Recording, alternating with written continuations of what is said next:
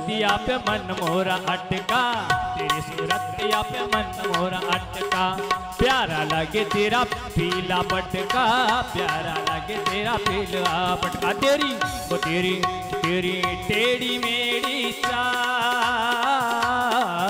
तेरी टेढ़ी मेरी चाल, तू इतना ना करियो सिंगार, नजर तो है लग जाएगी हाजी, नजर तो है लग जाएगी हाजी, नजर तो है लग जाएगी।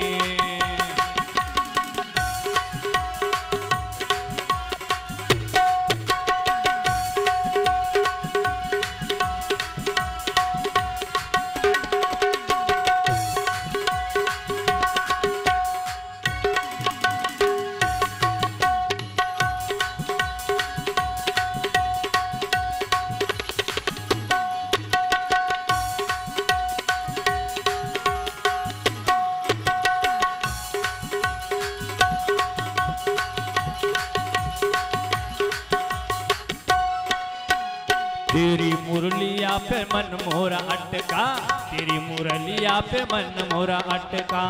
प्यारा लागे तेरा नीला पटका, प्यारा लागे तेरा नीला पटका। तेरे तो तेरे घूंगर वाले बाल,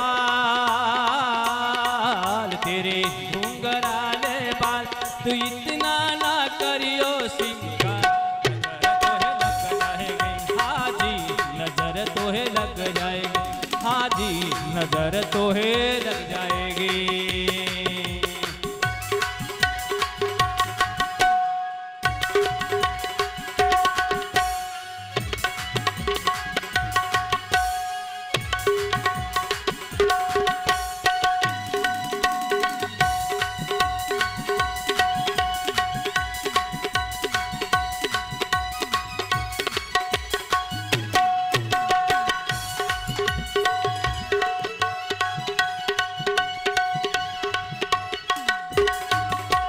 तेरी कमलिया पे मन मोरा अटका, तेरी कमलिया पे मन मोरा अटका। प्यारा लागे तेरा काला पटका, प्यारा लागे तेरा काला पटका। तेरे तेरे तेरे गलवई जंती माल,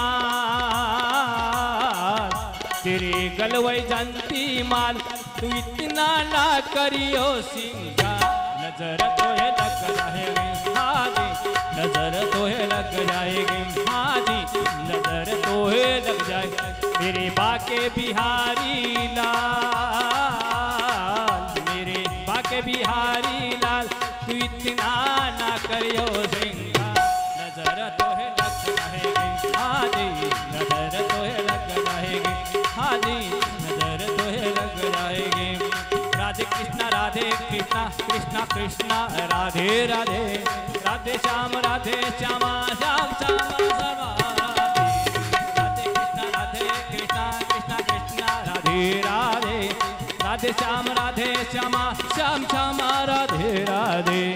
राधे कृष्णा कृष्णा कृष्णा राधे राधे, राधे श्याम श्याम श्याम राधे, राधे कृष्णा कृष्णा कृष्णा राधे राधे, राधे श्याम श्याम श्याम, राधे कृष्णा कृष्णा कृष्णा राधे राधे, राधे श्यामा श्यामा श्यामा राधे राधे, राधे राधे कृष्णा कृष्णा राधे राधे, राधे श्याम श्याम श्यामा राधे राधे, राधे कृष्णा कृष्णा राधे राधे, राधे श्याम श्याम श्यामा राधे राधे, श्याम श्यामा राधे राधे, श्याम श्यामा गोपाल कृष्ण भगवान की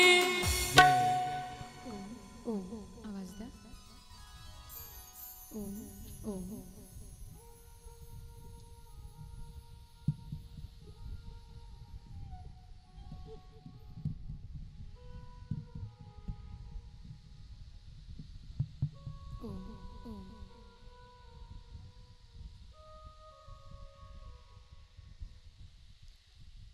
वक्रतुंड महाकाय सूर्यकोटि समप्रभा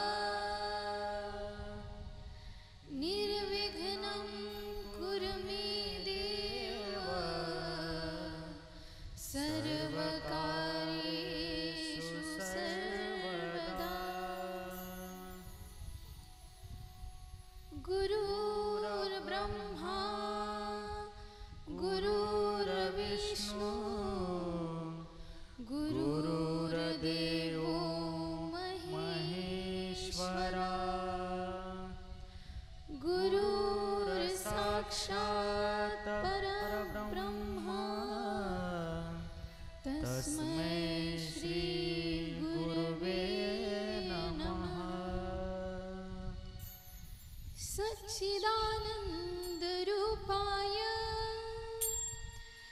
विश्वोत्पत्त्यादिहेतवे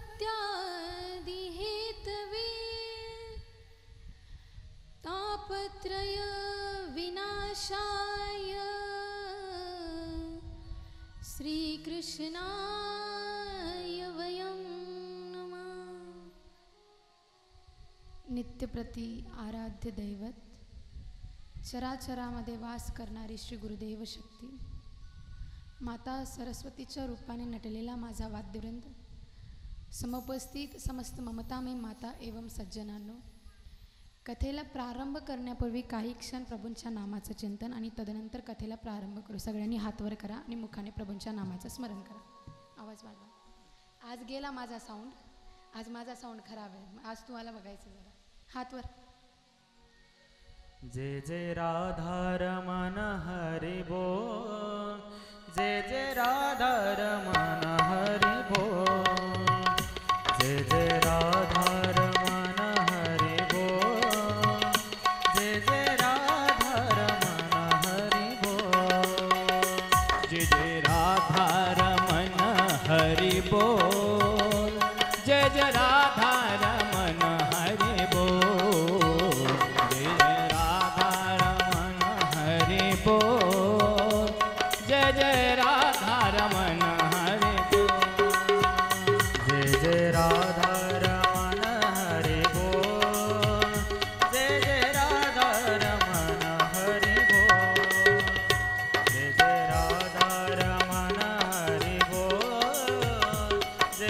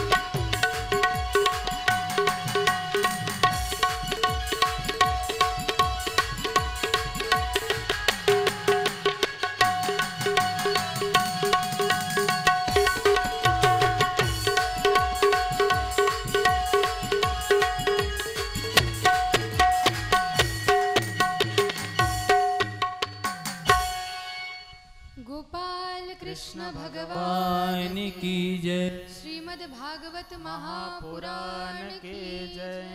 नमः पार्वती पते हर हर महादेव। जय जय श्री राधे, जय जय श्री राधे, जय जय श्री राधे। अकारण करुणा वरुणालय भक्तवांच्या कल्पतरू तडिनीत विनंदित पीतांबरधारी भगवान श्री गोपाल कृष्णांची वांगमयी प्रतिमूर्ती श्रीमद भागवत महापुराण कथा। गत 2 दिवसांपासून आपण कथा श्रवण करत आलोय। आज कथेचा 3रा दिवस। पहिल्या दिवशी महात्म्य ऐकलं, कालचा दिवस उपदेशात गेला। आज कथेला प्रारंभ होणार, पण खरी सुरुवात कथेची उद्यापासून, कारण हे 3 दिवस म्हणजे ट्रेलर असतात आणि खरी पिक्चर म्हणजे कृष्ण जन्माच्या दिवशीपासून चालू होतं। आता कथेला प्रारंभ करण्याच्या आधी काल काय शिकवलं?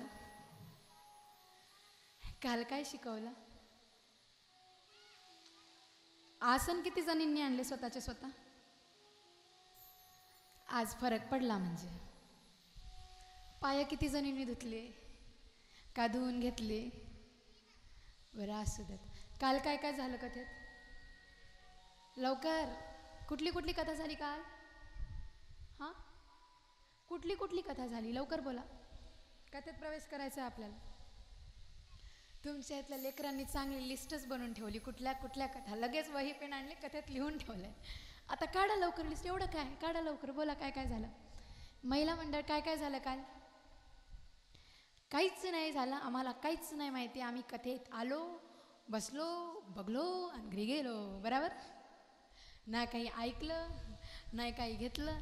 आणि एक लक्षात ठेवा, आपण कथा श्रवण करतोय ना, तर कथा श्रवण केल्यावर स्वतःचं आसन घेऊन येण्याचं कारण आता ते तर 7व्याच दिवशी सांगणार। कारण मी कालही म्हणलं की जे स्वतःचे स्वतः आसन बसायला आणतील ते 7व्या दिवशी खुश होतील, आणि जे स्वतःचे आसन आणणार नाही ते 7व्या दिवशी तोंड सोडून घेतील। आता आपण कथा श्रवण करतोय। कथा श्रवण करत असताना जेव्हा तुम्ही इथं बसता का नाही, तेव्हा हे भागवत महापुराणाचे श्रीवचन तुमच्या ओटीमध्ये पडतात, आणि तुम्ही उठल्यावर कपडे झडकवता का नाही, ते इथंच पडतात। मग त्याच्यामुळे कपडे इथं कधीच झडकवायचे नाही, घरी गेल्यावर झडकवायचे। लवकर सांगा, काल काय झालं? कुठल्या कथा झाल्या काल? कुठल्या कथा झाल्या? बोलता का आता लवकर? का वळू मी पुढं? कुठल्या झाल्या? जाऊ द्या, चला, तुमचं लिहूनही काय फायदा झाला नाही म्हणजे याचा अर्थ। काल आपण कथा श्रवण केली, कुणाकुणाची? परीक्षिताची कथा श्रवण केली। परीक्षिताने कलियुगाचं दमन केलं। श्रीमद भागवत महापुराण कुणी कुणाला सांगितलं? हंसावतारामध्ये प्रभूंनी, भगवान विष्णूंनी ब्रह्मदेवाला सांगितले, ब्रह्मदेवांनी सनकादी ऋषींनी नारदजींना सांगितली, नारदजींनी व्यासांना सांगितली, आणि व्यास महर्षींनी शुकदेवांना सांगून शुकदेवांनी परीक्षितांना सांगितले, आणि ह्या पुढं कथेचा प्रचार प्रसार झाला। किती अवताराचं वर्णन आलं काल? 24 अवताराचं वर्णन आलं। प्रभूंचे 24 अवतार पाहिले। आज कदाचित त्या अवतारांची कथा, काही अवतारांची कथा आज येईल, काही अवताराची कथा उद्या येईल, ते आपण बघू। आता श्रीमद भागवत महापुराण आपण श्रवण करतोय, हीच ती कथा, परम पावनमयी मंगलमयी कथा, जिच्या श्रवणाने काय झालं? 7 दिवसांमध्ये परीक्षितांचा उद्धार झाला। किती दिवसात? 7 दिवसामध्ये परीक्षितांचा उद्धार झाला। मग काल आपला प्रश्न कुठे अडकला होता की परीक्षितजी शुकदेवजी येत आहेत, परीक्षितजी बसलेले आहेत। शुकदेवजीला आलेलं पाहून परीक्षितांनी त्यांचं आदर आतिथ्य केलं। बघा, परीक्षितांचं वय असेल त्यावेळी 50-60च्या आसपास, आणि शुकदेवांचं वय होतं 16 वर्ष। किती? आपण काय म्हणतो? 16वा वरीस काय म्हणतो? बोला बरं तुम्ही, काय म्हणतो आपण? 16वा वरीस धोक्याचं नाही, धर्माचं आहे। शुकदेवजींनी जेव्हा कथा सांगितली, श्रीमद भागवत महापुराण कथा सांगितली, कुणाला? परीक्षितांना, तेव्हा त्यांचं वय काय होतं? तेव्हा त्यांचं 16 वर्षाचे होते. अवस्था बघा, 16 वर्षाच्या वयामध्ये शुकदेवजींनी परीक्षितांना 60 वर्षाच्या परीक्षितांना कथा सांगितली. आपले 60 वर्षाचे परीक्षित, आम्ही याच्यातच मरणारे माणसं. आम्ही कथेत होतो. आमच्या आयोजकांनी, आयोजक मंडळींनी, आपल्या कमिटीने एवढं सुंदर आयोजन केलं. त्यांनी आयोजन केलं. आयोजन करण्यामध्ये आपण जर त्यांना समर्थन नाही करू शकू तर आपण त्यांना नावबोटं तर नाही ठेवली पाहिजे. त्यांनी एवढं चांगलं आयोजन केलं आहे ना, समर्थन नाही करू शकत. बोलून वाईट होण्यापेक्षा आपण कथेत आलं पाहिजे, कीर्तनात आलं पाहिजे, कीर्तनात बसलं पाहिजे, कथेत बसलं पाहिजे. तुम्हाला कोणी फोर्स नाही करत, पण तुम्ही त्यांना समर्थन नाही करू शकत तर तुमचा देवाशी द्वेष आहे का? तुमचा काही आहे का ईश्वराशी काही द्वेष? नाही ना. मग कथा कीर्तनासोबत का द्वेष करायचा? आपण कथेमध्ये तर आपण आपली उपस्थिती दाखवली पाहिजे. नीट बसा, सगळे नीट बसा. कथा श्रवण करतोय, झोपा नाही लागायचं. आपण कथा श्रवण करायला तरी आलो पाहिजे. इथे आपण देवाच्या नामाचं चिंतन करतोय, भांडण तर नाही करत. का इथे कुणाचं वाईट करायचा विचार चाललाय आपला? नाही ना. असू देत. त्यांनी एवढं सुंदर आयोजन केलं आणि तरीही आमची जर संख्या वाढत नसेल तर काय बोलायला पाहिजे? आमची तर अवस्था ही आहे, आम्ही कीर्तनाला यायला निघतो पण आमच्या घरातले आम्हाला म्हणतात की कीर्तनाला कथेला जाऊ नको. तुम्ही घरातल्यांना कथेला कीर्तनाला तुम्ही स्वतः जात नाही ना, नका येऊ. घरातले कीर्तनाला कथेसाठी येतात आणि तुम्ही जर त्यांना नको म्हणताय तर सगळ्यांची पापं तुम्ही डोक्यावर घेताय. हे आपण लक्षात घेतलं पाहिजे. आता शुकदेवचं वय बघा, शुकदेवजीचं अवस्था काय होती? 16 वर्षाचं वय होतं. 16 वर्षाच्या वयामध्ये श्रीमद भागवत महापुराणाचं पुराण त्यांनी सांगितलं राजा परीक्षितांना. वय 16. आपण म्हणतो की आम्ही म्हातारे झाल्यावर देवाच्या नामाचं स्मरण करू. आपल्याला वाटतं की देवाच्या नामाचं स्मरण करणं, चिंतन करणं हे म्हातारपणासाठी सोडलं पाहिजे. तुम्हाला माहिती आहे का तुम्ही किती वर्ष जगणार? नाही माहिती आपल्याला. आम्ही किती वर्ष जगू, कधी यमराजीचा बुलावा येईल आणि कधी आम्ही जाऊ, आम्हाला काहीच लॉजिक नहीं। भजन करो मस्त जवानी में बुढ़ापा किसने देखा है। भजन करो मस्त जवानी में बुढ़ापा किसने देखा है। बुढ़ापा किसने देखा है। बुढ़ापा किसने देखा है। बुढ़ापा किसने देखा है। बुढ़ापा किसने देखा है। भजन करो भजन करो भजन करो मस्त जवानी में बुढ़ापा किसने देखा है। भजन करो मस्त जवानी में बुढ़ापा किसने देखा है।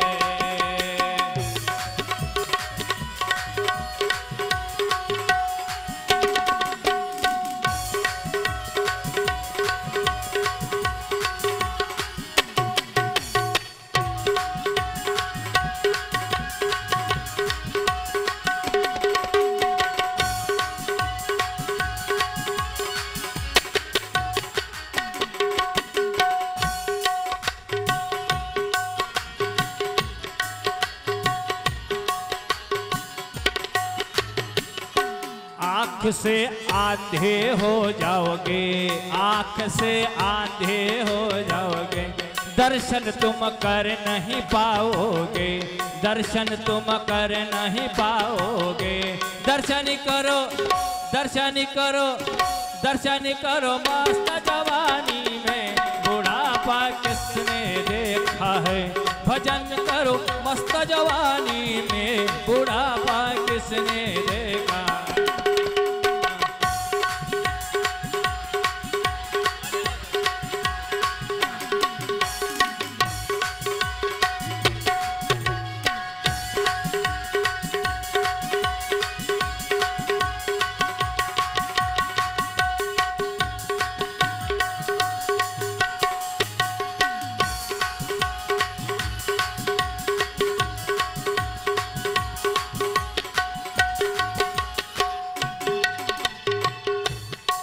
कान से बहरे हो जाओगे। कान से बहरे हो जाओगे। हरि नाम सुन नहीं पाओगे। कथा तुम सुन नहीं पाओगे।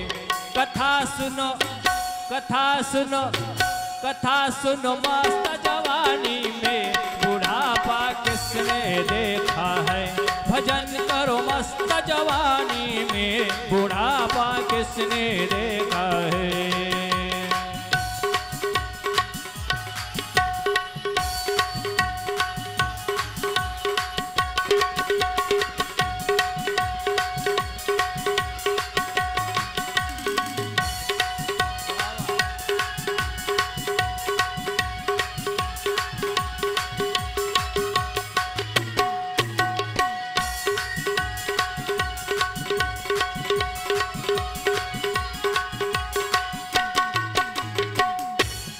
मुंह से गूंगे हो जाओगे, मुंह से गूंगे हो जाओगे, भजन तुम गा नहीं पाओगे, हरि ओम गा नहीं पाओगे। भजन गाओ भजन गाओ भजन गाओ मस्त जवानी में बुढ़ापा किसने देखा है। भजन करो मस्त जवानी में बुढ़ापा किसने देखा है।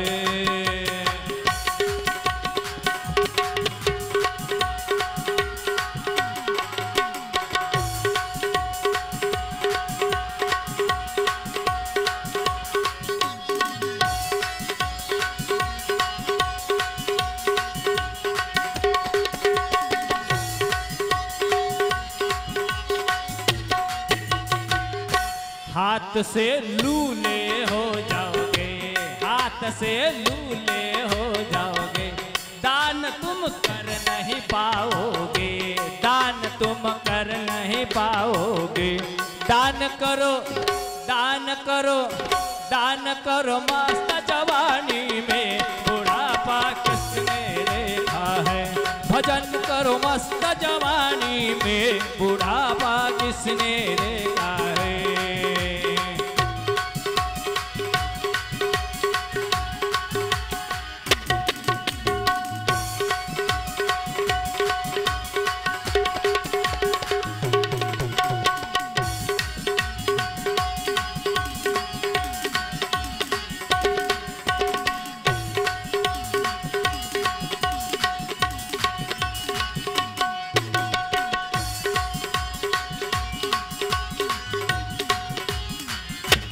पैर से लंगड़े हो जाओगे, कमर से टेढ़े हो जाओगे, पैर से लंगड़े हो जाओगे, तीर्थ तुम जा नहीं पाओगे।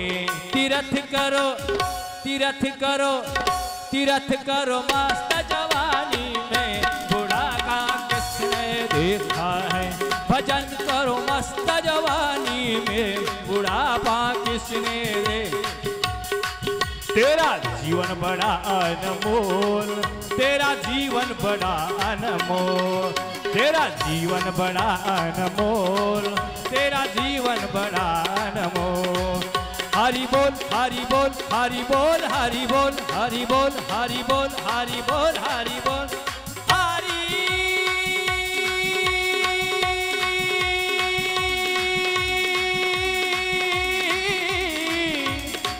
हरि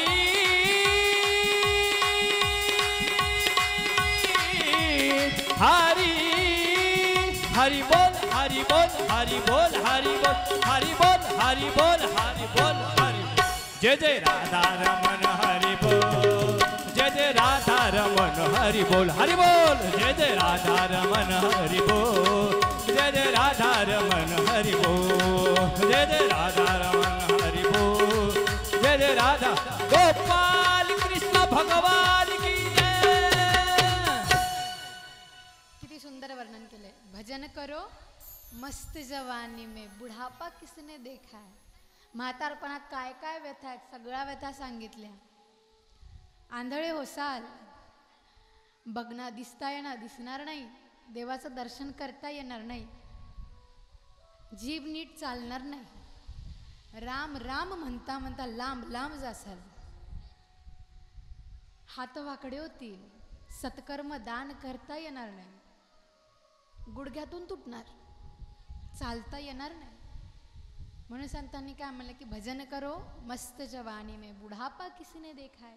माहिती आहे का आपण किती वर्ष जगणार आहोत? ना देवापासून अग्रीमेंट साईन करून आणलं आहे, ना देवापासून बॉन्डवरती लिहून आणलं आहे की मी एवढे वर्ष जगणार. मृत्यू एकमेव अटल सत्य आहे, जीवनाचं अटल सत्य मृत्यू आहे. तुम्ही म्हणाल कसं? एखादी महिला गर्भवती आहे, तिला प्रसव होईल का नाही यात डाऊट आहे का नाही? आहे का नाही? डाऊट आहे. गर्भ पडू शकतो. ते बाळ जन्माला आल्यावर जगल का नाही यात डाऊट आहे का नाही? बोला, डाऊट आहे का नाही? भांडताना कशा बोलता तुम्ही? मग बोला ना. हो तर हो म्हणायचं फक्त, जास्त नाही. लिपसिंग करा, बाकीचं मी ओळखून घेईल. ते बाळ, महिला मंडळी इकडे बसा, इकडे बसा. पुरुष मंडळी तुम्ही पुढे या, महिलांची संख्या आज वाढाईल. ते बाळ जगल का नाही यात डाऊट आहे का नाही? आहे. ते बाळ जन्मल्यावर जगल्यावर मोठं होईल का नाही? इकडं इकडं मागं नाही, इकडं माझ्याकडं बघा. ते बाळ मोठं होईल का नाही यात डाऊट आहे का नाही? आहे का नाही? डाऊट आहे का नाही? आहे. ते मोठं झाल्यावर शिक्षण शिकेल का नाही? डाऊट आहे का नाही? आहे. शिक्षण शिकल्यावर त्याला जॉब मिळेल का नाही? डाऊट आहे का नाही? आहे. शिक्षण शिकल्यावर नोकरी मिळेल का नाही? डाऊट आहे का नाही? आहे. नौकरी मिलने के बाद छोकरी मिलेगी या नहीं? डाऊट आहे का नाही? हा तर सगळ्यात मोठा डाऊट आहे. ह्याच्यापेक्षा मोठा डाऊटच दुसरा कोणी नाही, कुठला नाही. पोरी कमी आहेत, पोरी काय भेटत नाही, सगळ्यात मोठा डाऊट हाच. बरं, लग्न होईल का नाही? आहे डाऊट. प्रत्येक गोष्टीमध्ये डाऊट आहे. पण तो व्यक्ती, तुम्ही झालं, मी झाला, आपण मरू का नाही यात डाऊट आहे का नाही? आहे का यात डाऊट? नाही. आया है सो जाएगा राजा रंक फकीर. जो आलाय त्याला जावंच लागणार आहे. कुणी इथं परमनंट राहण्यासाठी आलेलं नाही. का आहे एखाद्याची परमनंट बुकिंग? नाही म्हणजे मला पण सांगा, मी पण परमनंट बुकिंग करून घेईल. शक्यच नाही. आम्हाला हा दुर्लभ असा नरदेह देवांनी दिला ईश्वराच्या नामाचं स्मरण करण्यासाठी. आम्ही तरीही नामस्मरण करत नाही, कधी मंदिरात जात नाही, कथा कीर्तनात जात नाही. दुर्लभ असा मनुष्य देह लाभला आहे. मग ते नामस्मरण करायला पाहिजे. आम्ही प्रत्येक गोष्टी डाऊट आहे, मरल का नाही यात डाऊट नाही. आणि कसं माहिती आहे का, आपण आयुष्यभर काही करत नाही आणि आपण मेल्यावर जेव्हा ईश्वराकडे जाऊ, देवाकडे जाऊ, तेव्हा देव तुम्हाला पहिला प्रश्न विचारेल, काय काय भोगायचं, पुण्य का पाप? तुम्हाला जर विचारलं तुम्हाला पुण्य भोगायचं का पाप, तुम्ही काय भोगायचं म्हणणार? काय भोगायचं म्हणणार? पुण्य. केलंय का? भोगायचं आहे ठीक आहे, पण तुम्ही पुण्य केलंय का? नाही केलं. मनुष्य देह भेटला, कथा आयोजित केली तर आम्ही कथेचं मंडपामध्ये यायला तयार नाही. एवढं हे तर सगळ्यात मोठं पाप आहे की गावामध्ये कथा आयोजित केलेली आहे आणि हे पुराण, भागवत महापुराण म्हणलेलं आहे. पुराणांची गोष्ट वेगळी झाली, भागवताला महापुराण म्हणलेलं आहे. ही भागवत महापुराण कथा आयोजित आहे, आम्ही कथा कीर्तनात यायला जर तयार नसू तर आमच्या एवढा पापी कुणीच नाही. मग देव म्हणाल तू पुण्य केलंच नाही, तुला भोगायला तरी काय देऊ? मग तुम्ही देवाला काय म्हणसाल? प्रभू मला पुण्य करायचं होतं पण मी म्हातारपणावर सोडलं होतं, तुम्ही मला जगूच दिलं नाही.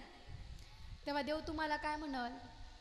मी काय तुला अग्रीमेंट साईन करून दिला होता की बॉन्डवर लिहून दिलं होतं की तू 60 वर्षाचा झाल्यावर मी तुला मारणार? नाही. बरं, मनुष्याला आयुष्य किती? आयुष्याचं गणित करा ना. किती आयुष्य आम्ही वाया घालतोय, कुठल्या कुठल्या गोष्टींमध्ये वाया घालतो. आयुष्य किती वर्ष आहे मनुष्याला? किती? बोलता का? जोरात बोला. किती किती आहे आयुष्य? तुम्ही सगळे जगायलेच ना, जिवंत आहात ना, जगायले ना, मग आयुष्य किती हे कसं माहिती नाही? कलियुगामध्ये मनुष्याला आयुष्य दिलेलं आहे 100 वर्ष. किती वर्ष? किती वर्ष? 100 वर्ष दिलेलं आहे. दिवस किती तासाचा असतो? दिवस दिवस दिवस हां, रात्र 12. माणूस झोपतो किती तास? येऊन जाऊन तुमच्याच शुभ आकड्यावर जावं लागतं मला.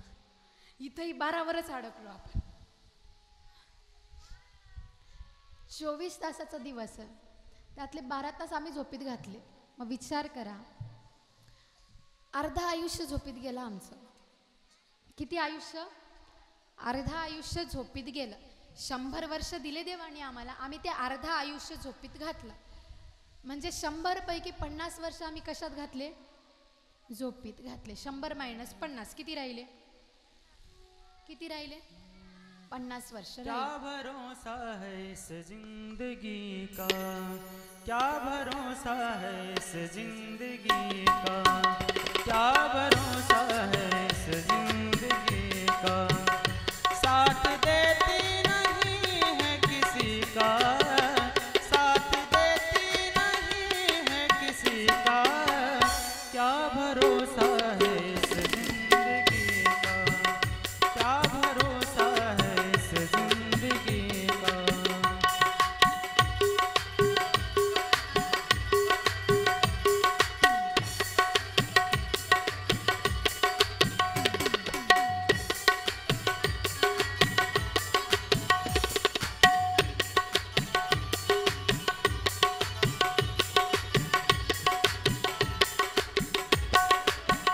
सांस रुक जाएगी चलते चलते, शम्मा बुझ जाएगी जलते जलते, सांस रुक जाएगी चलते चलते, शम्मा बुझ जाएगी जलते जलते, दम निकल जाएगा रोशनी का, दम निकल जाएगा रोशनी का, क्या भरोसा है इस जिंदगी का, क्या भरोसा है इस जिंदगी का, साथ देती नहीं है किसी का, साथ देती नहीं है किसी का, क्या भरोसा है इस जिंदगी का, क्या भरोसा है इस जिंदगी का, क्या भरोसा है इस जिंदगी का. क्या भरोसा है इस जिंदगी का, साथ देती नाही आहे किसी का. कधी माणसं मरतात कधीच कळत नाही. लोक म्हणतात कालच चांगला होता, आज अचानक कसा काय गेला. आता मी त्याच्या सोबत बसलो होतो, मी उठून गेलो आणि तो गेला. आमचं कालच बोलणं झालं होतं, काल तर आमच्याशी चांगलं बोलला, आज अचानक गेला. आणि आम्ही आयुष्यभर धन धन धन धन करतो, पण मेल्यावर शेवटी आमच्या मरणपत्रिकेवर एकच गोष्ट लिहिली जाते, काय? निधन. आयुष्यभर धन धन करत मेला तू, आणि शेवटी शरीर सोडलं. शरीर सोडल्यावर काय लिहिण्यात आलं? निधन. आपलं 50 वर्ष आयुष्य आपण झोपीत घातलं. आता शिक्षण पण महत्वाचं आहे. महिला मंडळ जे येतील का नाही, तुम्ही इकडं बसा. आता पुरुष मंडळींना आपण पुढं घेऊया हळूहळू. आलं की इकडं बसा. आता तुम्ही 50 वर्ष झोपेत घातलं, 18 वर्ष शिक्षणात गेले. किती राहिले? 50 मायनस 18 किती राहिले? 50 मायनस 18 किती राहिले? जोरात बोला ना. मग जेवण केलं ना? हां, असं जरा. हे बघा, आता तुम्हाला सांगावंच लागते रोज रोज, पण काय करू आता. काल कथा केली इथं मी, काल इथं कथा करून कीर्तनाला गेली. जेवण केलं नव्हतं मी, तसंच कीर्तनाला उभं टाकले. कीर्तनामध्ये चक्कर आली. चक्कर आली, थोडा वेळ बसले, लगेच कीर्तनाला चालू केलं परत. कीर्तनामध्ये अर्ध कीर्तन झाल्यावर, तिथं कीर्तन होतं 9 ते 11. मी ठरवलं 10:30 पर्यंत करायचं, अर्धा तास आधी कीर्तन संपवायचं. पण त्याच्या आधीच मला चक्कर आली, मी जागीच बसली. काल झालं, मला अख्खं कीर्तन मला बसून करावं लागलं. ठरवलं होतं 10:30ला कीर्तन संपवायचं. कीर्तन संपवलं 11:30ला. तब्येत बिघडली एवढी, आज आवाजावरूनच समजू शकता माझ्या. एवढी तब्येत बिघडून जर मी रोज 3-3 तास बोलायली, आणि तुम्ही टरपर खाऊन इथं येऊन इथं बसून नुसतं एकमेकीचे तोंड बघून घरी जात आहे, तर अर्थ नाही ना याला. मग बोला. 18 वर्ष शिक्षणात गेले, किती राहिले? किती? 32 राहिले. शिक्षण झालं, नोकरी पण भेटायची आहे. नोकरी शोधण्यामध्ये 2 वर्ष गेले. किती राहिले? 30. नोकरी मिल गई, छोकरी बाकी आहे. येऊन जाऊन तिच्यावरच अटकते. पोरगी भेटल का नाही, भेटल का नाही. पोरगी शोधण्यात 2 वर्ष गेले. किती राहिले? 28 राहिले. लेकरांसाठी 3 वर्ष गेले. किती राहिले? 25 वर्ष राहिले. 3 वर्ष लेकरांसाठी गेले. लेकरं झाले, लेकरांच्या शिक्षणासाठी 15 वर्ष गेले. किती राहिले? 10 राहिले. तरुण अवस्थेतच भजन केलं पाहिजे. म्हातारपणात आम्ही राम राम म्हणत लांब लांब आल्यावर भजन केल्यावर अर्थ नसतो. 10 वर्ष राहिले आमच्याजवळ. आम्ही एवढं आयुष्य घालवलं. आम्ही शेवटी म्हणलं की आम्ही म्हातारे झाल्यावर देवाच्या नामाचं स्मरण करू. 90 वर्ष गेले, 90 गमावले. देवाचं भजन आणखी केलं नाही. सध्या लोक तर 60 मध्येच टपकायलेत. आणि आम्ही म्हणतोय म्हातारपणात भजन करायचं. शेवटी लेकराची नोकरी शोधण्यामध्ये 2 वर्ष गेले. किती राहिले? 10 - 2 8 राहिले. त्याला नोकरी भेटली, त्याची छोकरी शोधण्यामध्ये 2 वर्ष गेले. किती राहिले? त्याच्या लेकरासाठी आता म्हाताऱ्या व्यक्तीचं म्हणणं असतं की आम्ही आमच्या नातवांना मांडीवर खेळवावं, त्याच्याशिवाय आम्ही मरणार नाही, नाही तर भूत बनून हिंडतात. म्हणून तुम्हाला नातू होण्यात आणि तुम्ही नातवांना मांडीवर खेळवण्यात 4 वर्ष गेले. किती राहिले? आता शास्त्रांचं वाक्य आहे, देहांत काले कपवात पिते. वात पित्त कफ हे प्रत्येकालाच सतवतं. अंतकाळ, मरणाच्या वेळी तुम्ही पडले अंतरणामध्ये, अंतरणात पडलात, ते उरलेले 2 वर्ष उहू उहू करण्यात गेले. किती राहिले? 0. आणि त्या उहू उहू मध्ये यमराज आले आणि तुम्ही किती राहिले? अख्खं आयुष्य घालवलं. आमच्या संतांनी म्हणलंय, मनुष्यदेह कमी आहे, नरदेह दुर्लभ जाना, शतवर्षाची गणना. अल्प आयुष्य मानव देह, शत गणिले ते अर्धरात्र खाय. मध्ये बालत्व पीडा रोग क्षय, काय वचनासी उरले ते पाहिजे. म्हणून काय करायचं, ह्याच्यासाठी उपाय एकच दिलाय, राम नाम स्मरा. मनुष्य जन्म अनमोल रे, माटी में नारोल रे. अब जो मिला है फिर न मिलेगा, कभी नहीं कभी नहीं कभी नहीं रे. मनुष्य जन्म अनमोल रे, माटी में नारोल रे. अब जो मिला है फिर नहीं मिलेगा, कभी नहीं कभी नहीं कभी नहीं रे.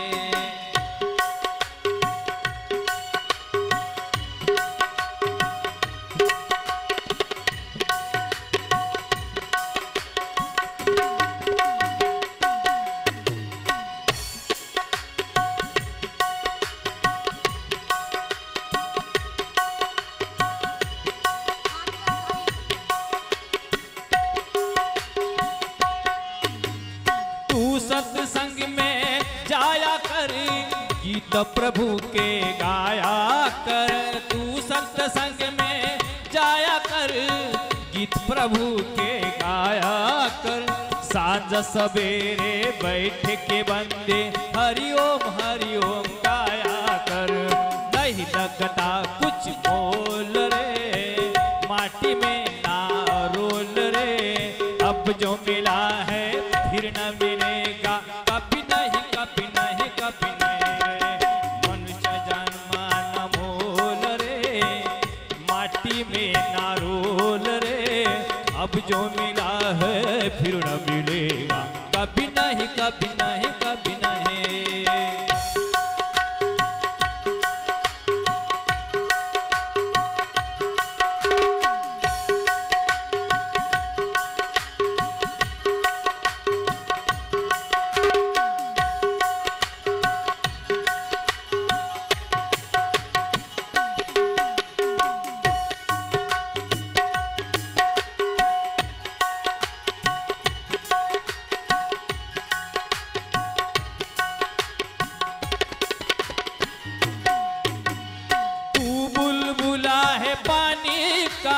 मत कर मान जवानी का. तू बुलबुला है पानी का, मत कर मान जवानी का. नेक कमाई कर ले रे भाई, पता नहीं जिंदगानी का। पशु का बनत है पन्हैया, पशु का बनत है पन्हैया, नर का कछु ना हो। और नर करनी करे सो नर का नारायण हो। नेक कमाई कर ले रे भाई, पता नहीं जिंदगानी का। और मीठा सबसे बोल रे, नहीं लगता कुछ मोल रे।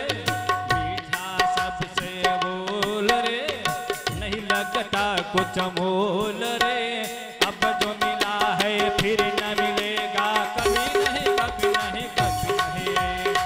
मनुष्य जन्म अनमोल रे, माटी में ना रोल रे। अब जो मिला है फिर न मिलेगा कभी नहीं, कभी नहीं, कभी नहीं रे। कभी नहीं, कभी नहीं, कभी नहीं रे। कभी नहीं, कभी नहीं, कभी नहीं रे। कभी नहीं, कभी नहीं, कभी नहीं रे। कभी नहीं, कभी नाही, कभी नाही। काय म्हणलंय? मनुष्य जन्म अनमोल रे, इस माटी में ना घोल रे। अब जो मिला है फिर न मिलेगा कभी नहीं, कभी नहीं, कभी नहीं रे। 84 लाख योनी आहेत आणि त्या 84 लाख योनीमध्ये एकमेव माणसाचा जन्म आहे, बाकी सगळे प्राण्यांचे आणि पशूचे जन्म आहेत। 84 लक्ष योनी फिरण्यामध्ये एक एक योनी कोटी कोटी फेरा आम्ही फिरतोय। आम्हाला कमीत कमी 2 करोड वर्ष लागतात एका एका योनीमध्ये, पूर्ण 84 लक्ष योनी फिरायला 200 करोड वर्ष लागतात आम्हाला। किती? 200 करोड। तुम्ही आणि मी ह्या 200 करोड योनी फिरून आलोय, तेव्हा आम्हाला आपल्याला कुठेतरी जाऊन मनुष्य जन्म भेटलाय। मग विचार करा, एवढा दुर्लभ मनुष्य देह कशासाठी भेटला? नामस्मरणासाठी देह भेटलाय। देह जाणार जाणार ह्यासी काळोबा खाणार, देह जाणार सकाळ, एक ना एक दिवस देह जाणार आहे। तुम्हाला मला सगळ्यांनाच मरावं लागणार, आणि तेच मरणाचा श्राप भेटला कुणाला? राजा परीक्षितांना। मरणाचा श्राप भेटला राजा परीक्षितांना। राजा परीक्षित कुणाजवळ आले? शुकदेवजींना विचारतायत बघा, प्रश्न किती सुंदर विचारला। काय म्हणतात शुकदेवजीला? प्रभू, मरणासन्न व्यक्तीने काय केलं पाहिजे? जन कल्याणाचा प्रश्न बघा। याच जागी जर आपण असतो तर आपण डायरेक्ट म्हटलं असतं, देवा मी 7 दिवसात मरणार आहे, काय काय करू? आधी तर माझी प्रॉपर्टी बघून घेऊ दे, आधी बँकेत सुनापासून लपून लपून काय काय लपून ठेवलं, पोरांच्या वाट्यामध्ये काय काय पोरांना न सांगता म्हातारपणासाठी काय काय लपवून ठेवलं, ते सगळं पोरांना सांगू दे। एक व्यक्ती असाच संतांजवळ गेला, ज्ञानी संत होते, महापुरुष होते। संतांजवळ गेला आणि संतांना बोलला की प्रभू महाराजजी, मला वाटतं की मी भजन करावं, मी सत्संगात जावं, पण माझं मन लागत नाही। संतांनी विचारलं, का लागत नाही? तो म्हणतो की माझं मन या संसारिक गोष्टींमध्ये फसतं। कधी लेकरांचा विचार येतो, कधी वाटतं की 7 पिढ्या जगतायत, 8वी पिढी कशी जगणार? त्या संतांनी त्याला काय उत्तर दिलं माहिती आहे? संत बोलले, बाकी सगळं तू सोड, तू 15 दिवसात मरणार आहेस। किती दिवसात? किती दिवसात? 15 दिवसात मरणार आहेस। आता जसं असं बोलले की 15 दिवसात मरणार आहेस, तो व्यक्ती घरी गेला। घरी गेल्यावर दान धर्म करायला लागला, कथा कीर्तनात जायला लागला, रोज कथेत जायचा, रोज रात्री कीर्तनात जायचा, रोज सकाळी काकड्याला यायचा, रोज सायंकाळी हरिपाठाला यायचा, रोज त्याने भजन करायला चालू केलं। एक दिवस गेला, 2 दिवस गेले, 3 दिवस गेले, 4 दिवस गेले, 5 दिवस, 10 दिवस गेले, हा मेला नाही, कारण 15 दिवसाचं सांगितलं होतं। 11, 12, 13, 14, 15 दिवस गेले, याला काहीच झालं नाही। 16 दिवस गेले, 17 दिवस, 18 दिवस, 19, 20 महिना झाला, याला काहीच झालं नाही। आपण हा रोज परमार्थ करायला लागला, रोज देवाच्या नामाचं स्मरण करायला लागला। आणि एका दिवशी संतांजवळ गेला आणि संताला म्हणे, महाराज तुम्ही मला खोटं का सांगितलं की मी 15 दिवसात मरणार आहे? का? महिना झाला मी तर मेलो नाही, मी जिवंतच आहे. मग त्या संतांनी त्याला काय विचारलं, तू मला सांग, मी तुला जेव्हा सांगितलं की तू 15 दिवसात मरणार आहेस, तू या एवढ्या दिवसांमध्ये तू काय काय केलं? तो बोलला, महाराज रोज सकाळी ब्रह्ममुहूर्तावर उठायचो, रोज सकाळी काकडा करायचो, गाथा भजनाला जायचो, दुपारी कथा ऐकायला जायचो, रोज संध्याकाळी हरिपाठाला, रात्री कीर्तनाला, सगळं परमार्थात जीवन घातलं, दान धर्म केलं मी पूर्ण, अख्खी माझी अर्धी प्रॉपर्टी तर मी दान धर्मामध्ये घातली. तेव्हा ते महाराज म्हणतात, हे कशामुळं केलं तू? तो व्यक्ती बोलतो, महाराज ज्याला माहिती की 15 दिवसात मरणार आहे, त्याला प्रत्येकाला वाटतं की सत्कर्म करून चांगलं करून मरावं, शेवटी देवाच्या धामाला जावं. ते महाराज काय बोलले, मी पण हेच करतो. अय बच्चा पार्टी, शांत बसा, नाही तो उठून जा बिंदास बाळ, काही अडत नाही, शांत बसायचं. ते महाराज काय म्हणतात, मी भजन का करतो, माझं भजनामध्ये मन का लागतं माहिती आहे का? कारण मी माझा मृत्यू डोळ्यासमोर ठेवतो आणि मग भजन करतो. मी हे लक्षात ठेवतो की मला माहिती नाही मी किती दिवस जगणार आहे, आजही मरू शकतो, आत्ताही मरू शकतो, उद्याही मरू शकतो, आणि मी कधी मरेल ह्याची भीती मला नाही आहे, आणि माझं मरण सफल व्हावं ह्यासाठी मी भजन करतो. परीक्षितांनी शुकदेवजींना प्रश्न विचारला की महाराजजी, मरणासन्न व्यक्तीने काय केलं पाहिजे? शुकदेवजी म्हणतात, तुला नेमका हा प्रश्न तू का विचारतोयस?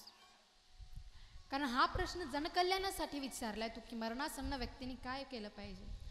शुकदेवजी म्हणतात, मरण जर सुधारायचं असेल, मरण सिद्ध करायचं असेल तर एकच काम करायचं. काय? शुकदेवजी म्हणतात की 7 दिवसांमध्ये श्रीमद भागवत महापुराण कथेचं श्रवण करायचं. जो व्यक्ती अर्थपूर्ण श्रीमद भागवत महापुराण कथेचं श्रवण करतो का नाही,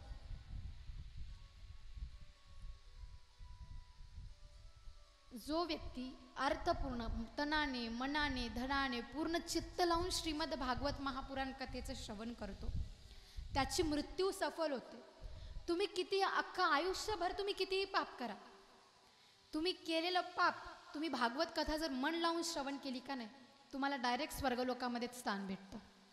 डायरेक्ट म्हणजे तुम्ही एवढे जण जे इथं उपस्थित आहात कथेमध्ये, तुमची डायरेक्ट बुकिंग केली स्वर्गामध्ये. काळजीच करायची नाही. तुम्ही गेलं की डायरेक्ट म्हणायचं, आम्हाला ओम सतीनं सांगितलं होतं, आम्ही मेलं की डायरेक्ट स्वर्गामध्ये तिनं आमच्यासाठी 2-3 सीटा बुक करून ठेवल्यात. वर गेलं की इंद्राला माझं नाव सांगून द्या, तो इंद्र बराबर तुम्हाला सीट देईल, पण त्याच्यासाठी आधी मरावं लागल. आहात का तयार? त्याचीच तर भीती आहे आम्हाला. आम्ही मरू कधी, आम्हाला मरणाचीच तर भीती आहे. मरण सिद्ध करायचं, श्रीमद भागवत महापुराण कथा श्रवण करायची. श्रीमद भागवत महापुराण कथा सांगायला लागले शुकदेवजी. कुणाला? परीक्षितांना. आता श्रीमद भागवत महापुराणामध्ये 5 गीत आलेले आहेत, ज्याला पंचगीत म्हटलेलं. श्रीमद भागवत महापुराणामध्ये 14 संवाद आहेत, 7 मुख्य संवाद आणि 7 उपसंवाद, एकूण 14 संवाद आहेत. हे लिहून घ्या, उद्या परत विचारेल, उद्या वह्या नका चालू. आता श्रीमद भागवत महापुराणामध्ये 5 गीत आलेले आहेत. तुमच्या इथले लेकरांनी मात्र मला खुश केलं. वही पेन आणा म्हणलं की सगळे मस्त वही पेन आणून भागवतातले पॉईंट लिहून घ्यायले. उद्या पेपर होणार, लगेच प्रश्नाची उत्तर द्यायला रेडी. श्रीमद भागवत महापुराणामध्ये एकूण 14 संवाद आहेत. मुख्य 7 संवाद आणि उप 7 संवाद. आता मुख्य 7 संवादापैकी एक संवाद म्हणजे कोणाचा? परीक्षित आणि शुकदेवजींचा. शुकदेवजी परीक्षितांना कथा सांगायला प्रारंभ करतात. सुरुवातीला प्रभूंच्या विराट स्वरूपाचं वर्णन केलं. विराट स्वरूप, सृष्टी निर्माण होण्याच्या आधी कशी निर्माण झाली सृष्टी. प्रभूंना वाटलं की मी काहीतरी खावं, प्रभूच्या मुखाची निर्मिती झाली. प्रभूंना वाटलं मी बघावं, त्या विराट पुरुषाच्या अकारण करुणा वरुणालय तो पुरुष डोळ्यांची निर्मिती झाली. सहस्र हात, सहस्र डोळे. प्रभूंच्या विराट स्वरूपाचं वर्णन केलं, ध्यान भजनाचं वर्णन केलं. आता हे आपण इथं द्वितीय स्कंदामध्ये प्रवेश करतोय. काल आपण पहिल्या दिवशी महात्म्य ऐकलं. दुसऱ्या दिवशी प्रथम स्कंद ऐकला. आजचा दिवस खूप महत्त्वाचा आहे, कारण आज आपल्याला दुसरा, तिसरा, चौथा, पाचवा, सहावा, सातवा, आठवा 8 स्कंद पूर्ण करायचेत. आणि उद्या कुठंतरी जाऊन हे 8 स्कंद पूर्ण केले की उद्या आपल्याला कृष्ण चरित्रामध्ये प्रवेश करता येतो. 9व्या स्कंदामध्ये सूर्यवंशाचं वर्णन झाल्यावर आता ध्यानाचं वर्णन केलं, क्रमभक्तीचं वर्णन केलं, स्वर्गलोक, मृत्यूलोक आणि नरक लोकांचं वर्णन केलं.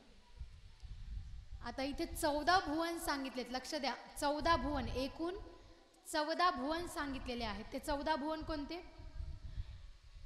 भू, भुव, स्वः, मह, तपः, जनः, सत्यम आणि स्वर्गलोक, सत्यलोक, हे 7 लोक सांगितलेले आहेत. आणि नरक लोकाचं वर्णन करताना अतल, वितल, सुतल, तलातल, रसातल, महातल आणि पाताल ह्या 7 नरक लोकांचं वर्णन केलेलं आहे. त्यानंतर प्रभूंनी वर्णाचं वर्णन केलं. वर्ण वर्ण म्हणजे तुरीचं, मुगाचं, मसूर डाळचं हे वर्ण नाही. वर्ण म्हणजे ज्याला आपण जातींमध्ये भेद केलाय ते वर्ण. प्रभूंनी 4 वर्ण निर्माण केले होते. कुठले कुठले? ब्राह्मण, क्षत्रिय, लिहा, ब्राह्मण, क्षत्रिय, वैश्य आणि शूद्र, 4 वर्ण प्रभूंनी निर्माण केले. आता ब्राह्मणांना कार्य काय सोपवलं की ब्राह्मणांनी शिक्षणाचा भार सांभाळायचा. म्हणजे आधीच्या काळामध्ये शिक्षा देण्याचा कुणाचा अधिकार होता? ब्राह्मणांचा अधिकार होता. क्षत्रियांना सगळ्यांचं रक्षण करण्याचा अधिकार दिला, वैश्यांना व्यापार करण्याचा, आणि शूद्रांना म्हणजे ज्याला आपण खालची जात म्हणून म्हणतो त्यांना सगळ्यांची सेवा करण्याचा अधिकार दिला. वर्णांचं वर्णन केलं. त्यानंतर प्रभूंनी हंस अवतार धारण केलं. हंस अवतारामध्ये काय केलं प्रभूंनी? चतुर्श्लोकी भागवत हे आपण काल ऐकलं. तदनंतर प्रभूंच्या 10 लक्षणांचं वर्णन केलं. आणि त्यानंतर 3ऱ्या स्कंदाला प्रारंभ झालं. किती वेळ लागला मला दुसरा स्कंद संपवायला? किती वेळ लागला मला दुसरा स्कंद संपवायला? किती वेळ लागला? 30 सेकंदामध्ये दुसरा स्कंद संपवला. पण खरं चिंतन ऐकायचं गेलं का वर्ष लागेल, वर्ष. एक एक शब्द. मी जेव्हा भागवत कथेचा अभ्यास करायला अहमदाबादला गेले होते का नाही, 3 महिने एकटी होते. आईबाबांचा कॉन्टॅक्ट नव्हता, मौन व्रत होतं माझं. 3 महिने कॉन्टॅक्ट नाही आईबाबांशी. तुमचं लेकरू इथंच बाहेर गेलं तर तुमचा जीव खाली ओरी होतो. तुम्हाला माहिती आहे, मी तर एकटी आहे. 3 महिने एकटी होते तिथं. चिंतन कसं केलं? अनुष्ठान करत करत चिंतन केलं भागवताचं. 1 टाईम जेवण, दिवसातून 1 टाईम जेवण आणि दूध, याच्यावर जेवण नव्हतं माझं, म्हणून ही हालत झाली माझी. नाही तर तुम्हाला माहिती आहे बाकी मी कशी होते. चिंतन करणं सोपं नाही आहे. ते 3 महिने मौन व्रत होतं माझं. कुणाच्याच संपर्कात नव्हती मी. एका रूममध्ये जेवायला यायचं, मला स्वतः काय करायचं ते करायचं, सगळं. रूमच्या बाहेर निघायचंच नाही. जे करायचं ते त्याच रूममध्ये. 3 महिने मी शांत होते, कुणाशी बोलणं नाही माझं, मौन व्रत. इथं तुम्हाला कथेमध्ये 2 मिनिट शांत बसा म्हणलं तर बसणं होत नाही. 3 महिने मी मौन होते. आणि जसं मी माझं मौन व्रत खोललं, माझा आवाज, मला लक्षात येत नव्हता की माझा आवाजच कसा आहे. एवढी भयानक परिस्थिती झाली होती. कशासाठी? भागवत महापुराणाचं अनुष्ठान करण्यासाठी. विचार करा, नुसतं अनुष्ठानाला मला इतकी मेहनत घ्यावी लागली. 1 टाईम जेवण, 3 महिने 1 टाईम जेवण फक्त, आणि 1 टाईम दूध. 3 महिने, 1-2 दिवस नाही, एवढं सगळं केलं. तेव्हा जाऊन कुठेतरी गादी भेटली ही बसायला. आणि ही पण मला सामर्थ्यच नव्हतं की मी कथा करावी, भीती होती. पण गुरुदेवांची कृपा, गुरुदेवांचा आशीर्वाद, आणि सगळ्यात महत्त्वाची गोष्ट म्हणजे आमचे पॅडवादक सूरज भैया. मला सख्खा भाऊ तर नाही, पण भाऊ म्हणून पाठीशी ते राहतात.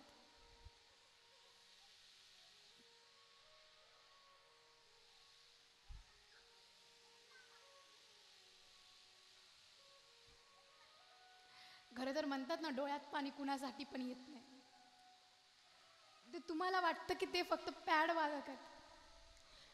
माझं त्यांनी कीर्तन ऐकलं का नाही, ते मला बोलले की ताई नाही, काही करा, कथा करा, मी आहे तुमच्या पाठीशी. आता सुद्धा ते मला बोलले का नाही, पहिल्या दिवशी मी घाबरली होती कथेमध्ये, कथा करायची पण मी घाबरलेली, कसं करू, काय करू. कथा झाल्यावर त्यांनी लगेच मला मेसेज केला, नका काळजी करू, मी आहे, तुम्ही फक्त करा, बाकीचं मी सांभाळून घेईन.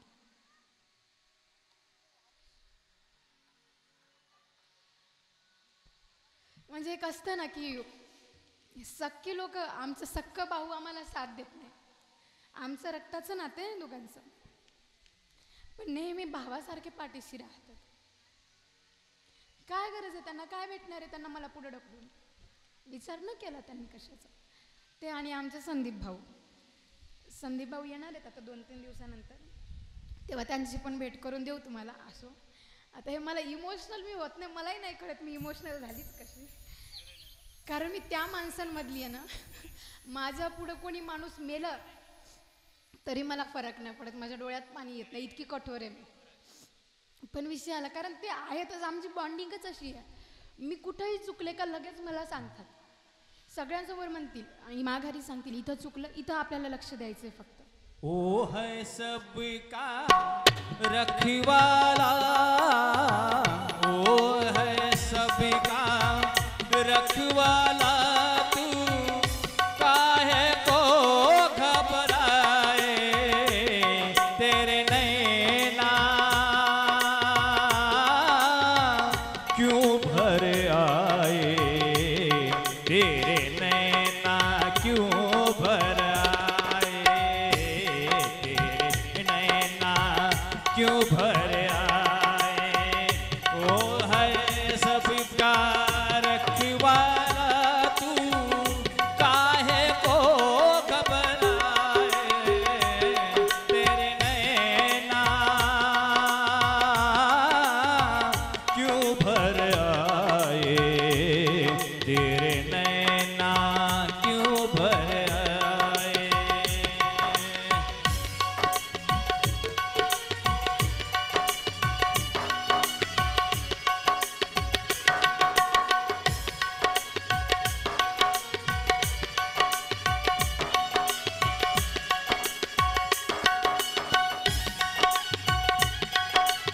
वाह वाह.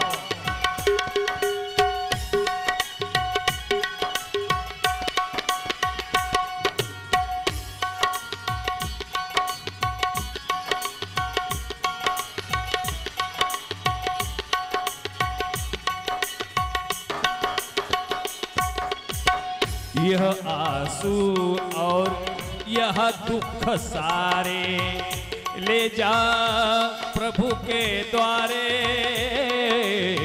ले जा प्रभु के द्वारे, वही बिगड़ी आस बंधाए, बिगड़े काज सवारे,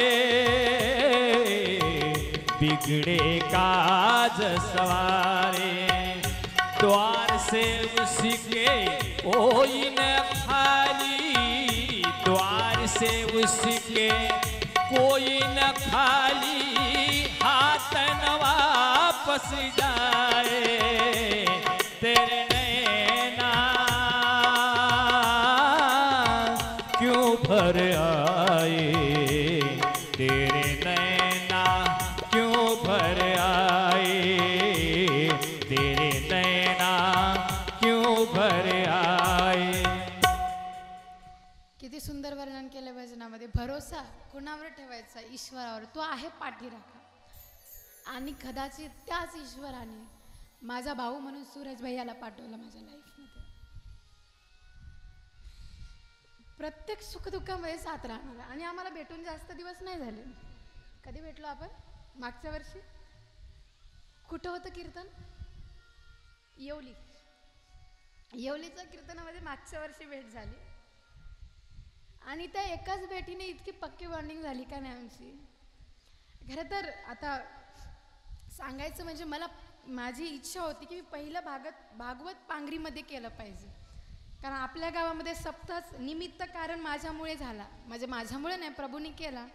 पण आपल्या गावातल्यांचं इतकं प्रेम आहे ना माझ्यावरती की मी कीर्तन करायला लागले. जेव्हा आपल्या गावातल्या सगळ्यांना कळालं, सगळ्यांची इच्छा होती आम्ही तुझं कीर्तन ऐकलं पाहिजे, आम्हाला पण तुझं कीर्तन ऐकायचं. आणि त्याच बहाण्याने, त्या एका बहाण्याने आपल्या गावात जो कधीच सप्ताह झाला नाही, 4 वर्षापासून सप्ताह चालू झाला. त्यानंतर मग भागवत करायची इच्छा. मी आईबाबाला म्हणलं होतं की मला मरण्याच्या आधी एकदा तरी कृष्णचरित्र करायचं, म्हणजे कृष्णचरित्र केलं म्हणजे मी मरायला मोकळी. आता आईबाबाला मी असं म्हणलं, इच्छा तर होती करायची पण ते पावरच येत नव्हतं. गुरुदेवांशी बोलणं झालं, अनुष्ठानही केले. त्यानंतर सपोर्ट सिस्टम म्हणून त्याने सूरज भैयाला पाठवलं. आता त्यांची इच्छा, याच वर्षी त्यांच्याच गावामध्ये माझं भागवत होणार होतं. ते स्वतः मला बोलले, नाही ताई करा, कसंही करा, 1 तास का करा, पण आमच्या गावातच भागवत करा. पण माझा संकल्प होता की माझं करायचं तर पहिलं भागवत मला पांगरीमध्येच करायचं. आणि तो योग घडून आला आमच्या हनुमत मामांमुळे, आपल्या गावाचे सरपंच. त्यांना सांगितलं की मामा मी करणार आहे कथा. नियोजन लावण्याच्या आधी त्यांनी कॉल केला, सप्ताह आयोजन करतोय, कथा करणार आहे का नाही. आधी मला वाटलं की सप्ताह म्हणजे आपल्या इथे थोडं लेट आयोजन होतं ना, मग मला वाटलं कथेचं यावेळेस काही होणार नाही, म्हणून मी सगळं सोडून दिलं. आयोजन केलं 15 दिवस आधी. मला आठवतं 16 मार्चच्या दिवशी मामांनी मला कॉल केला आणि मामा म्हणे आपण सप्ताह ठेवतोय, कथा ठेवायची, करशील का. आणि एवढी कथेची तयारी 15 दिवसात केली. नोट्स बनवले, सगळा अभ्यास केला, त्याचसोबत कॉलेजचा अभ्यास केला, परत कीर्तनामध्ये सगळं करत करत करत करत आता तो दिवस आला. खरं तर मलाच विश्वास बसत नाही की मी व्यासपीठावर बसलेली आणि मी कथा करायली. तसं तर मी काही करतच नाही. करते हो तुम कन्हैया मेरा नाम हो रहा है, मेरा आपकी कृपा से सब काम हो रहा है. करता करविता ते निमित्त त्या प्रतिमा, बस निमित्त मला केलं. त्यांनी करून घ्यायची इच्छा त्यांची होती, त्यांनी मला निवडलं या कामासाठी. कारण कसं असतं माहिती आहे का, जगातील इतर कुठलीही जी कामं आहेत का नाही, जगातली इतर तुम्ही कुठलीही कामं बघा, ती कामं करायची तुम्ही स्वतः ठरवू शकता, पण आध्यात्मिक कामं करायची म्हणलं की तुम्ही स्वतः ठरवू शकत नाही. का माहिती आहे का, अध्यात्माला तुम्ही स्वतः निवडूच शकत, त्या अध्यात्माने तुम्हाला निवडावं लागतं, तेव्हा तुम्ही इथं येता. आणि कदाचित माझं भाग्य की व्यासजींनी त्यांच्या गादीसाठी मला निवडलं. असो, इकडे शुकदेवची कथा प्रारंभ करतात. सर्वात प्रथम प्रभूंनी प्रस्ताव मांडला आणि सांगितलं, राजन, एका दिवशी दुर्योधनाने अपमान केला. कुणाचा अपमान केला? विदुरजीचा अपमान केला दुर्योधनाने. आणि दुर्योधनाने विदुरजीचा अपमान करून विदुरजीला घराबाहेर काढलं. विदुरजीला बघा बरं, दुर्योधनाने अपमान केला. प्रभू द्वारकेमध्ये होते का? प्रभू जेव्हा होते दुर्योधनाच्या तिथे, प्रभू गेले द्वारकेतनं एका दिवशी निजधाम गमनाच्या आधी प्रभू द्वारकेत गेले. परत द्वारकेहून इकडे आले दुर्योधनाकडे भेटण्यासाठी, युद्धाचा प्रस्ताव नकारण्यासाठी. शांतीदूत बनून आले होते प्रभू. दुर्योधनाने प्रभूंचं ऐकलं नाही. प्रभू येतात म्हणून प्रभूंसाठी 56 भोग बनवले दुर्योधनाने. पण ते म्हणतात ना की जेवण त्याच जागी केलं पाहिजे. दोन गोष्टी बघायला पाहिजे आपण जेवण करण्यासाठी. एक तर ज्या व्यक्तीच्या घरी आपण जेवण करतोय त्या व्यक्तीचा आपल्याला खाऊ घालण्याचा भाव असला पाहिजे. त्या व्यक्तीच्या मनामध्ये असायला हवं की या व्यक्तीने माझ्या घरी जेवावं. आणि दुसरी गोष्ट, तुम्हाला भूक लागलेली असावी. आणि प्रभू इकडे म्हणतात दुर्योधनाला, दुर्योधन, ना मला भूक लागलेली आहे ना तुझा भाव मला खाऊ घालण्याचा. दुर्योधनाचे 56 भोग त्यागले प्रभूंनी आणि दासीपुत्र विदुरजींच्या घरी गेले. विदुरजींच्या घरी सभेमध्ये दुर्योधनाने जेव्हा प्रभूंपुढे जेवणाचा प्रस्ताव मानला का नाही, तेव्हा प्रभू दुर्योधनाला म्हणतात, नाही विदुरजींनी माझ्यासाठी ऑलरेडी खायचं बनवून ठेवलंय, मी त्यांच्या घरी जाणार. विदुरजी म्हणतात, मला काही आता पत्ता नाही. आणि हे असं कसं म्हणतात डायरेक्टली. विदुरजी लगेच सभेमधनं पळत येतात आणि घरी येतात. त्याआधी प्रभू घरी पोहोचले. विदुरजीची पत्नी भावविभोर झाली, प्रभूंना बघून सुदबुद हरवली. भक्ती बघा कशी असली पाहिजे. जेवणासाठी फळं आणली, मनामध्ये भाव होता, प्रभूंच्या मुखकमलाकडे लक्ष होतं. खाऊ घालती केळ प्रभूंना, केळ सोलताना गाभा फेकून द्यायली आणि प्रभूला साल्ट खाऊ घालायली. भाव असला का नाही, प्रभू केळाची साल सुद्धा खातात. पाठ टाकला प्रभूंसाठी, कसा टाकला? उलटा पाठ टाकला. प्रभू उलट्या पाटावर बसले. चेहऱ्यावरचा भाव बघितला फक्त. आणि म्हणून म्हणतात की सबसे ऊंची प्रेम से ऊंची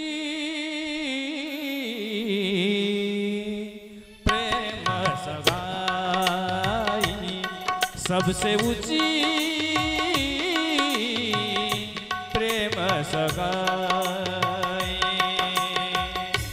दुर्योधनी का मेवा त्यागा, दुर्योधन का मेवा त्यागा, साग विदुरा घर खाई, साग विदुरी घर खाई हो, साग विदुरी घर खाई। सबसे ऊंची प्रेम सगाई सगाई, सबसे ऊंची प्रेम सगाई।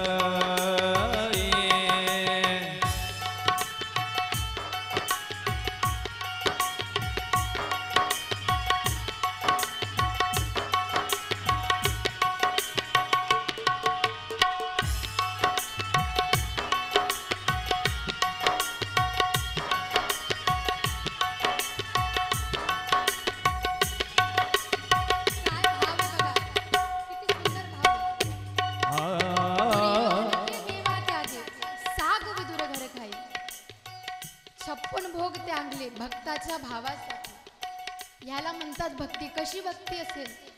राजपाट त्यागला, झोपडीत आले प्रभू, फक्त विदुरजींचा भाव बघून। भावाचा भुकेलाय तो ईश्वर, त्याला गरज नाही तुम्ही किती धनवान आहात, किती संपत्ती आहे। दासीपुत्र विदुराच्या घरी आले, साग विदुर घर खाले, केळीचे साल्ट खाल्ले प्रभूंनी, फक्त भक्तासाठी। काहीही करतील ते, फक्त भक्ती आपली प्युअर आली पाहिजे म्हणून वर्णन केलंय।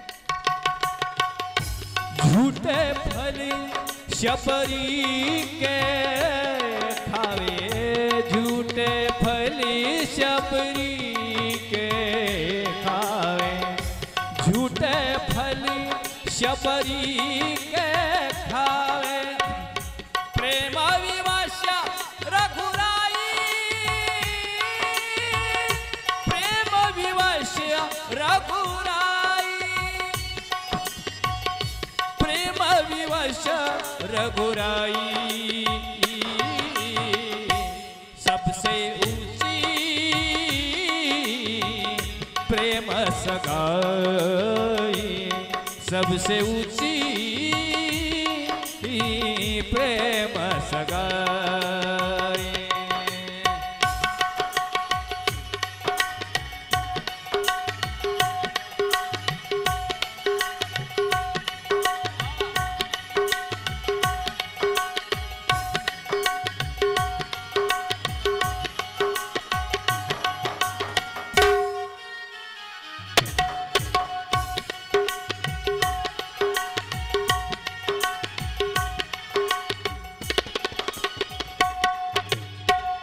सूरदास इस लायक नहीं है, सूरदास इस लायक नहीं है।